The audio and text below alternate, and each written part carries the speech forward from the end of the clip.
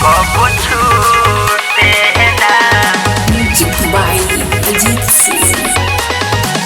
कबो छूटे ना कबो टूटे ना। सुन बात भैया हमारे हो, बहिन तोहर करे इंतजार हो, बहिन तोहर करे इंतजार। ए भैया सुन बात भैया हमारे हो, बहिन तोहर करे इंतजार हो।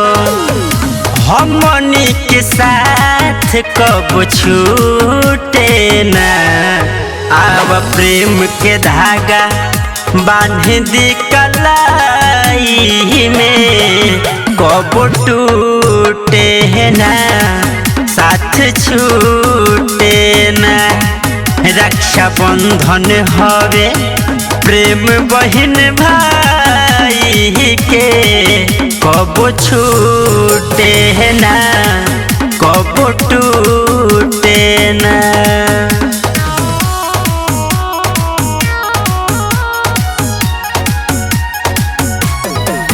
कब छूटे ना कब टूटे ना। घर परिवार रहे असही खिलल चहकते रहे अंगना हो। राखी बंधाई कुछो न चाही, लेहब न सोना के कंगना हो।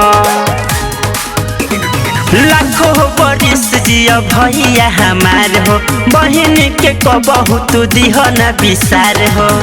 प्रेमवा के दिया कब बूते ना, आव प्रेम के धागा बांध दी कलाई में। कब टूटे ना साथ छूटे ना, रक्षा बंधन हवे प्रेम बहिन भाई के।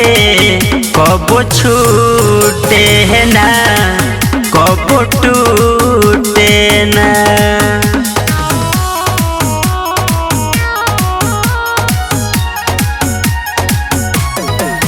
कब छूटे ना कब टूटे ना। सुनए भैया सत्य सागर तू ही तो हव जानवा हो। तोहरे में बस हर पल हमरो पारनवा हो। बान्हतानी राखी तू अइह हर साल हो, हमारा आशीर्वाद बाटे रहियो खुशहाल हो।